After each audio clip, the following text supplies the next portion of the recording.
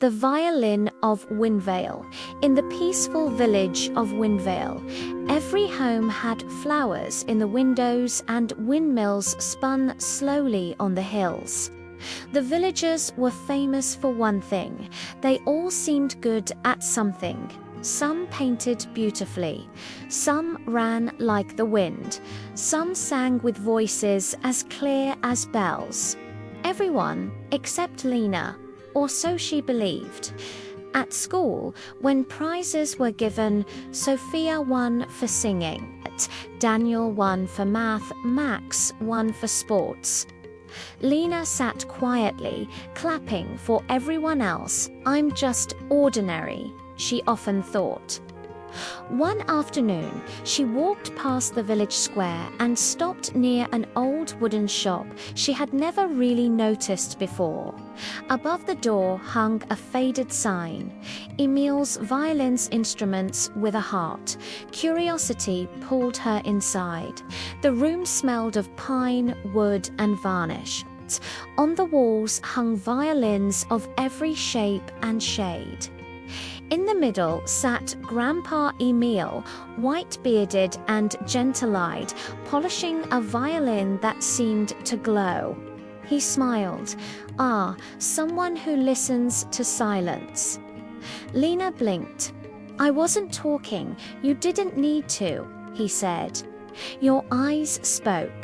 He handed her a small violin. "Try."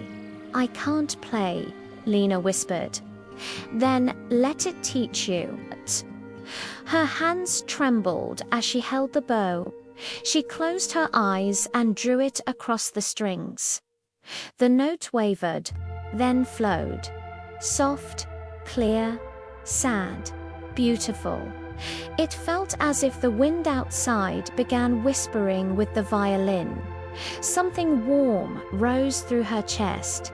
Not from her hands, not from her hands, from her heart. Grandpa Emil nodded. "Your gift isn't loud, it's deep." Lena began visiting daily. She learned slowly. Her fingers stumbled, strings squeaked. Sometimes she wanted to quit, but the violin seemed to whisper, "Your sound is yours alone." Over weeks, her music grew smoother, richer, like sunlight poured into sound. Still, she never played in front of anyone but Emil.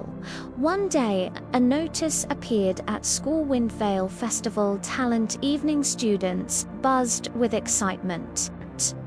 Lena's stomach twisted. She avoided the list until Max appeared. "Lena," he said softly, "I wrote your name." She froze. "Max why?" "Because when you play," he said, "even the wind stops to listen." She wanted to run, but didn't. The square filled with lanterns and laughter. Music floated through the air. Bread smells drifted from bakery stalls. Lena trembled backstage, violin in hand.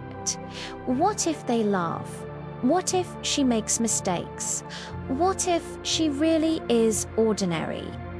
Then she remembered Emil's words. "Gifts aren't for being better. They're for becoming yourself." Her name was called. Lights brightened.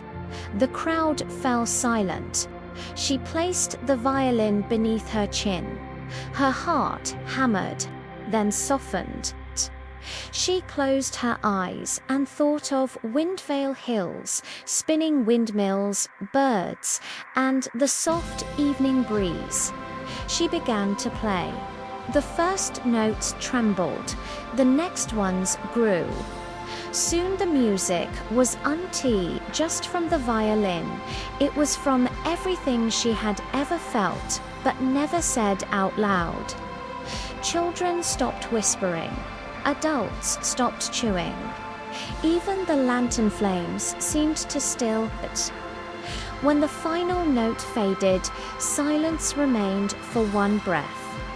Then applause burst like fireworks. Mrs. Harper wiped her eyes. Max jumped up, shouting. Emil bowed from the crowd. But the greatest change wasn't outside. It was inside Lena. For the first time she thought, I am not ordinary. I am me. Moral of the story, every child has a unique gift. It doesn't have to be loud or perfect. It only has to be true. You don't need to be like others. You need to become yourself.